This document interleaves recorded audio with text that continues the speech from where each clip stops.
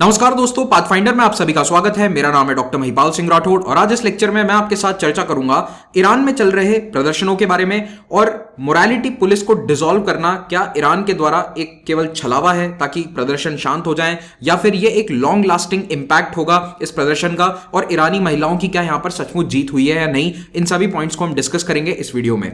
तो कल यानी कि 4 दिसंबर को ईरान सरकार ने अनाउंस किया, टू बी स्पेसिफिक उनके अटॉर्नी जनरल ने यह अनाउंस किया कि हम मोरालिटी पुलिस को फिलहाल बंद कर रहे हैं, टेम्परेरीली अबॉलिश कर रहे हैं। अब यहां पर शब्दों का थोड़ा सा अनुवाद का फर्क पड़ जाता है। कई जगह आप देखेंगे इंग्लिश में लिखा हुआ है डिसॉल्व, कुछ न्यूज रिपोर्ट्स कह रही हैं अबॉलिश, तो दोनों में फर्क होता है। लेकिन क्या ये परमानेंट है, टेम्परेरी है, आगे मैं आपको इसके बारे में बताता हूं।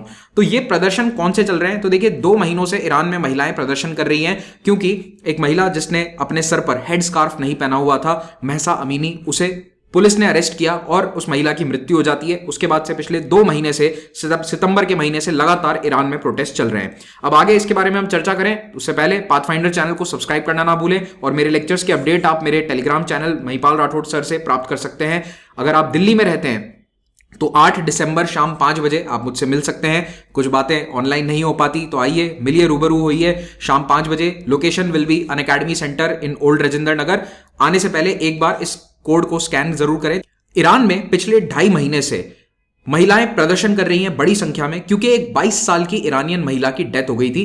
उसका नाम था महसा अमीनी। महसा अमीनी को ईरान की मोरालिटी पुलिस ने अरेस्ट किया था और उसके कुछ ही दिन बाद उनकी डेथ हो जाती है। मोस्ट प्रोबेबली ज्यादा मारपीट के कारण ही हुई थी। हालांकि ईरान सरकार इस बात को मानने के लिए तैयार नहीं है।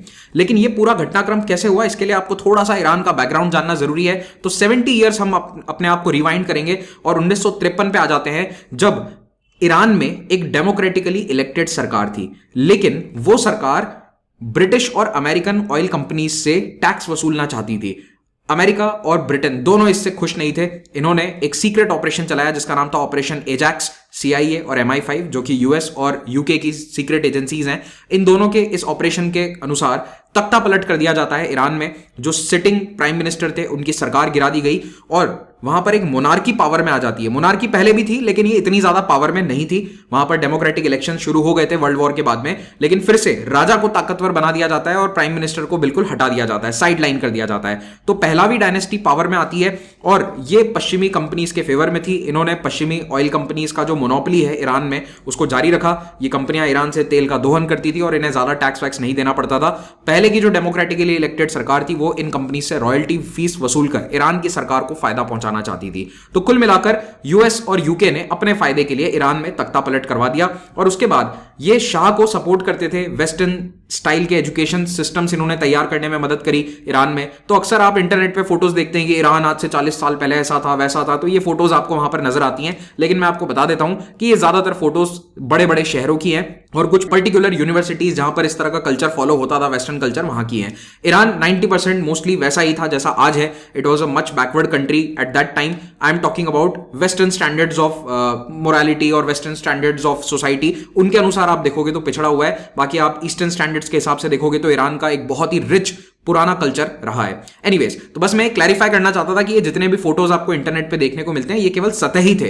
ये केवल कुछ शहरों में, तेहरान जैसे बड़े बड़े शहरों में जो यूनिवर्सिटीज है वहां पर लड़कियां इस तरह के कपड़े पहन के घूम रही थी, वरना पूरे ईरान के अंदर नॉर्मली जो दूसरा ड्रेस कोड होता है वो फॉलो हो रहा था। लेकिन होता यह है कि पश्चिमी सभ्यता डेफिनेटली बढ़ तो रही थी। पश्चिमी कल्चर जो है वो ईरान में दिन ब दिन बढ़ता जा रहा था और 70s आते आते ये स्थिति हो गई कि कई सारे इस्लामिक क्लेरिक्स या कंजर्वेटिव जो लोग हैं वो बदलाव चाहते थे। और 1979 में एक बड़ा रेवोल्यूशन होता है जिसे इस्लामिक रेवोल्यूशन कहा जाता है ईरान का, 1979 में। और इसमें जो पहलावी डायनेस्टी है वो पावर से बाहर चली जाती है। शाह पहलावी को देश छोड़कर जाना पड़ता है और वहां पर इस्लामिक क्लेरिक्स या जो कंजर्वेटिव तबका है सोसाइटी का वो पावर में आ जाता है। और उसके बाद से पुरुष और महिलाएं दोनों के लिए ड्रेस कोड बनाया गया। तो देखिए ऑफिशियली ड्रेस कोड 1983 में लागू हुआ था और उसमें यह कहा गया था कि आपको सर ढकना जरूरी है, हमेशा हिजाब होना जरूरी है, the hair should be covered. लेकिन ये इतना स्ट्रिक्टली एनफोर्स नहीं होता था। तो 1983 में हिजाब कंपलसरी हो गया, लेकिन इसको पुलिस के माध्यम से क्रैकडाउन करना शुरू किया गया 2003 के आसपास। लेकिन 20 सालों तक इस रूल को इतना स्ट्रिक्टली इंप्लीमेंट नहीं किया गया कि अगर हिजाब नहीं पहना है तो आपको जेल में डाल देंगे। ऑफ कोर्स समाज के दबाव के कारण महिलाएं ऑलरेडी वहां पर हिजाब पहन रही थी, पर अगर इक्का दुक्का कोई नहीं भी पहनती थी तो उसे जेल में डालने का कोई खतरा नहीं था। लेकिन 2005 और 6 में क्या होता है कि ईरान ने एक स्पेशल पुलिस बनाई और वो पुलिस इस रूल को सख्ती से लागू करती है और महिलाओं को और पुरुषों को भी जेल में डाला जाता है जो इस्लामिक ड्रेस कोड को फॉलो नहीं करते। कुछ ऐसा ही सऊदी अरेबिया में भी होता था। सऊदी अरेबिया में भी एक मोरालिटी पुलिस है, वो भी फीमेल ड्रेस कोड को लागू करती है, एनफोर्स करती है। हालांकि 2016 के बाद से उसका पावर थोड़ा सा कम हो गया है, क्योंकि जो Mohammed bin Salman kind of de facto ruler हैं सऊदी अरेबिया के, उन्होंने सऊदी अरेबिया की इमेज को चेंज करने के लिए इस मोरालिटी पुलिस को थोड़ा सा साइडलाइन अभी कर दिया है। और आप देखेंगे कि पिछले 5-6 सालों में मीडिया में इस सऊदी अरेबिया की प्रैक्टिस का कोई क्रिटिसिज्म नहीं है, जबकि 2012-13 में इसका बहुत क्रिटिसिज्म होता था। तो क्योंकि तब कई महिलाओं ने गाड़ी चलाने की कोशिश करी तो उन्हें जेल में डाल दिया गया था। तो सऊदी अरेबिया में अभी भी स्ट्रिक्ट इस्लामिक पनिशमेंट्स फॉलो हो रही है, लेकिन ड्रेस कोड जैसी कुछ चीजों को लेकर जरूर वहां पर थोड़ी नरमी बरती गई है पिछले कुछ सालों में, और कॉन्सिक्वेंटली मीडिया में भी इसका कवरेज उसी अनुसार कम हो गया है। अब एक बार मैं ईरान की पॉलिटी के बारे में आपको बता देता हूं। तो ईरान में सरकार कैसी है? देखिए, ईरान में एक डेमोक्रेटिकली इलेक्टेड सरकार है। वहां पर एक पार्लियामेंट होती है जिसको मजलिस कहा जाता है। इसमें 5% सीट रिजर्व्ड है नॉन मुस्लिम माइनॉरिटीज के लिए, और 8% इस वक्त महिलाएं वहां पर पार्लियामेंट की सदस्य हैं।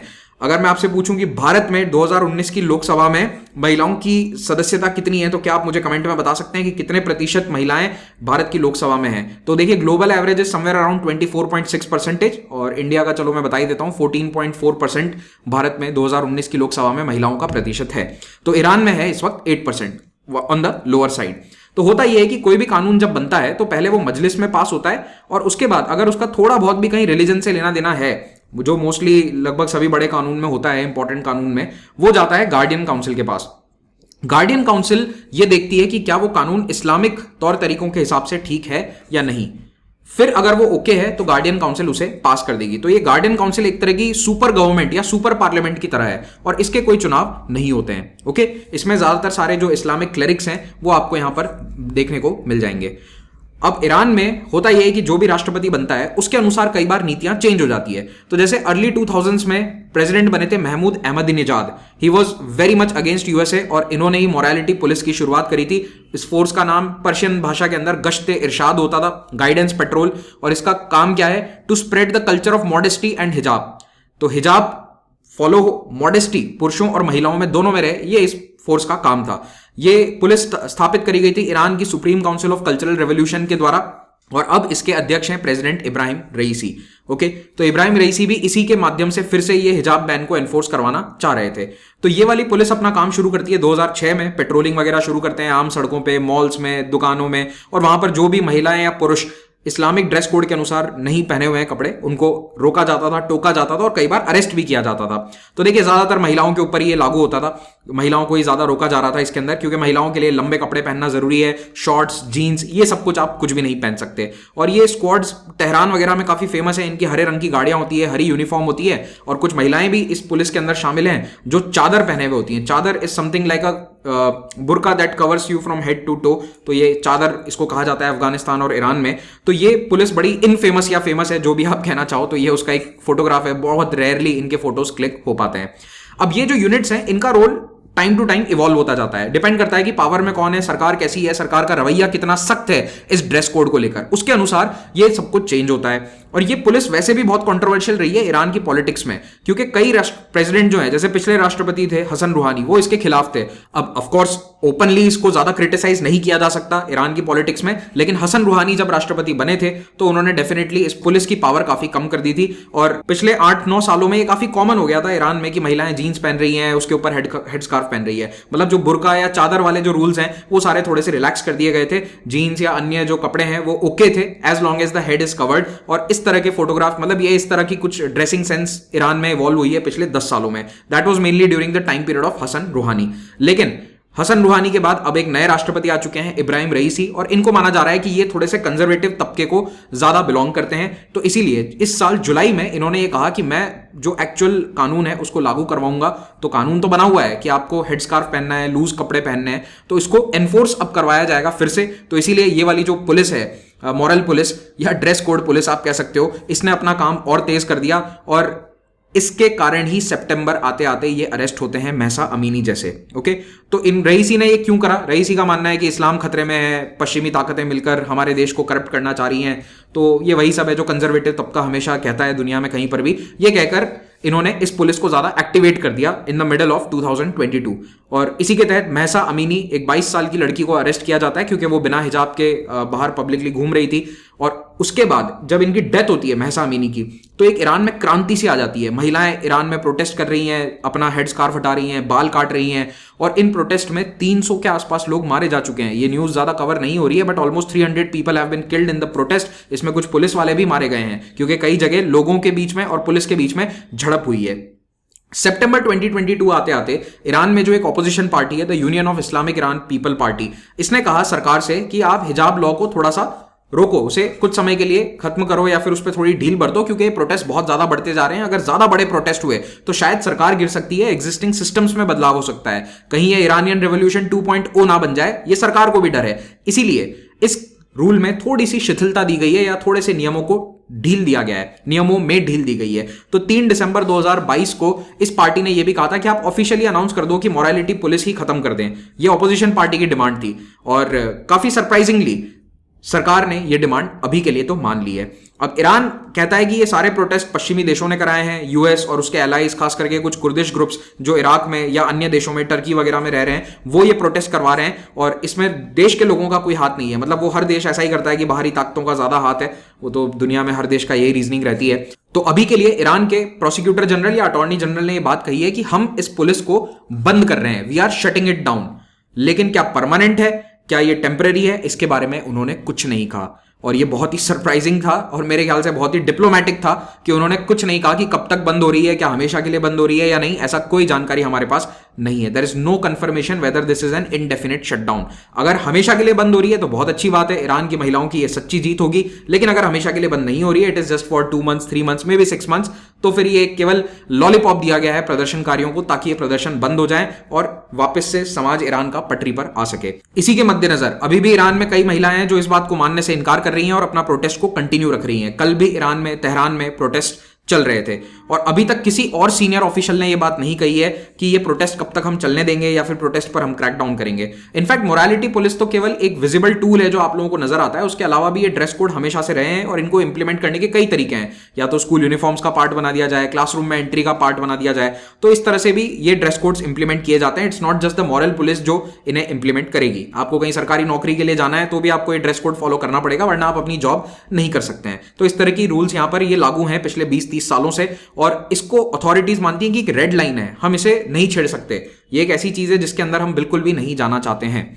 और एक बात और है, अटॉर्नी जनरल ने, यही व्यक्ति जिसने अभी मोरालिटी पुलिस खत्म होने का अनाउंसमेंट किया है, इन्होंने पिछले हफ्ते ये कहा था कि हमारे देश की जुडिशरी इस फेवर में नहीं है कि मॉरल सिक्योरिटी पुलिस को हमेशा के लिए बंद कर दिया जाए। तो ये माना जा रहा है कि हमेशा के लिए ये बंद नहीं हुई है। Most probably this is just for few months, max to max 6 महीना। मुझे ऐसा लगता है कि 6 महीने या 1 साल के अंदर ये फिर से इसकी गतिविधियां शुरू हो जाएंगी।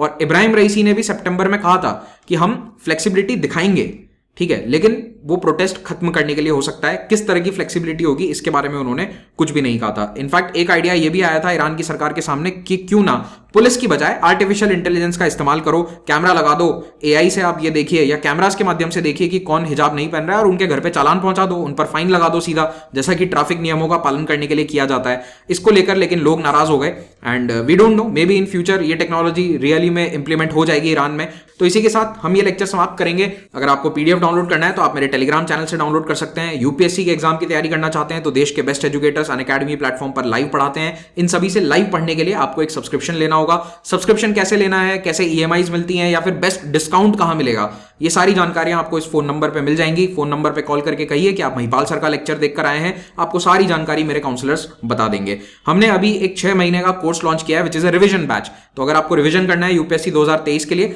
तो आप हमारे रफ्तार या एक्सेलरेट बैच को ज्वाइन कर सकते हैं, जिसमें 300 घंटे में सारा रिवीजन करवा दिया जाएगा। इन बैचेस की शुरुआत 1 दिसंबर से हो चुकी है, अभी ज्यादा दिन नहीं हुए हैं, 2-3 दिन ही गए हैं। आप इसमें अभी भी ज्वाइन कर सकते हैं एंड ओनली फॉर 22,500 रुपीज में आप ये कोर्स अवेल कर पाएंगे if you are using this code, ठीक है, वरना 25,000 प्राइस शो होगा। Use the code and get the 10% discount.